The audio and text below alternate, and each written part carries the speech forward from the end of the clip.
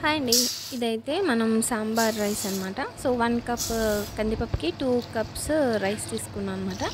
So wash చేసి ఫుల్గా ఒక హాఫ్ అన్ అవర్ నానబెట్టుకొని దాన్ని సపరేట్గా మనం బాయిల్ చేసినప్పుడు పసుపు, ఉప్పు, జీలకర్ర, కొంచెం ఆయిల్ అనేది వేస్తే కొంచెం అతుక్కోకుండా వస్తుంది. అంటే ముద్ద ముద్దగా కాకుండా దానికి విడిపోయి వస్తుంది.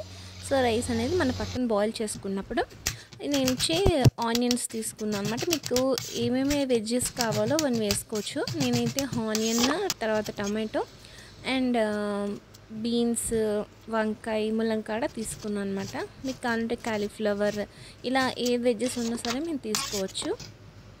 ప్రజెంట్ అయితే నా దగ్గర ఉన్నవి ఇవే కాబట్టి నేను వీటిని పసుపు, ఉప్పు వేసి వాటర్లో కొంచెంసేపు నానబెడుతున్నాను అనమాట. ఎందుకంటే ఇది పీల్ చేసుకున్నాం కదా, సో ఎక్కడైనా మురుకుంటే ఇది నెక్స్ట్ వంకాయ కూడా మనం కట్ చేసుకున్నప్పుడు దాన్ని పసుపు, ఉప్పులో వేస్తే అది బ్లాక్ అవ్వకుండా ఉంటుందన్నమాట, చేదు రాదు.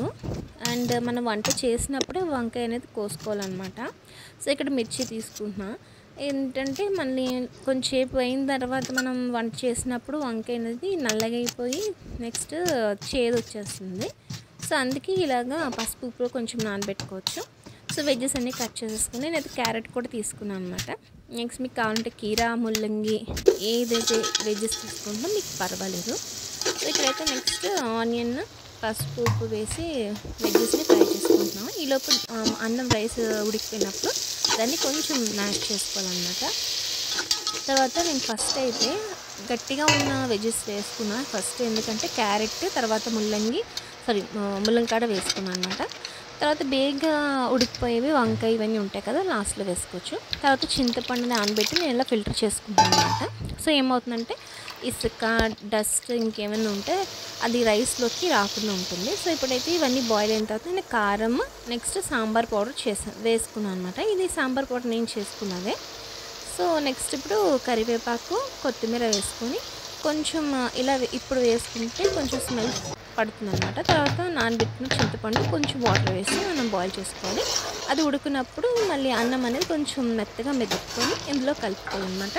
సో ఫస్ట్ ఇదంతా కలుపుకున్న తర్వాత కొంచెం వాటర్ వేసి అదంటే కొంచెం లూజ్ కన్సిస్టెన్సీలో కొంచెం రావాలి, ఎందుకంటే అది కొంచెం చల్లారిపోతే గట్టిగా అయిపోతుంది. సో ఇప్పుడేమో పోపు పెట్టడానికి నేనైతే కొంచెం ఆయిల్, తర్వాత 2 టేబుల్ స్పూన్ నెయ్యి తీసుకున్నాను అనమాట. సో దీనికి నెయ్యి వేస్తే మంచి ఫ్లేవర్ వస్తుంది అనమాట, చాలా బాగుంటుంది. సో వన్స్ అది కాగిన తర్వాత పోపులు, ఇదేమొచ్చి ఇంగువ అనమాట, కొంచెం బాగుంటుంది కదా మనకి డైజెషన్ ప్రాబ్లం లేకుండా. తర్వాత వెల్లుల్లి, నెక్స్ట్ ఇదేం ఎండుమిరపకాయ, కరివేపాకు, కొత్తిమీర వేసుకున్నాను అనమాట. సో వీళ్ళు పక్కన ఒక 5 మినిట్స్ బాయిల్ అవుతూ ఉంటుంది. ఇలా తాలింపు కూడా ఇందులో కలిపేసుకొని మనం స్టవ్ ఆఫ్ చేసుకొని దాన్ని మిక్స్ చేసేసుకుంటే సరిపోతుంది అనమాట. సో మనం స్టవ్ ఆఫ్ చేసే టైంకి కూడా ఇది లూజ్ కన్సిస్టెన్సీలోనే ఉండాలి, ఎందుకంటే అది కొంచెం చల్లారితే గట్టిగా అయిపోతుంది అనమాట. సో మనం హాట్గా సర్వ్ చేసుకుంటే చాలా బాగుంటుంది. దీని మీద మీరు చూసారా ఇక్కడ పికిల్ వేసుకోవచ్చు, లేదంటే పాపడ్స్ వేసుకోవచ్చు. ఏదైనా కొంచెం అంటే డైజెషన్కి ఇబ్బంది లేనిది మనం తీసుకోవాలి, ఎందుకంటే పప్పు ఆల్రెడీ కొంచెం ఇబ్బందిగా ఉంటుంది కాబట్టి.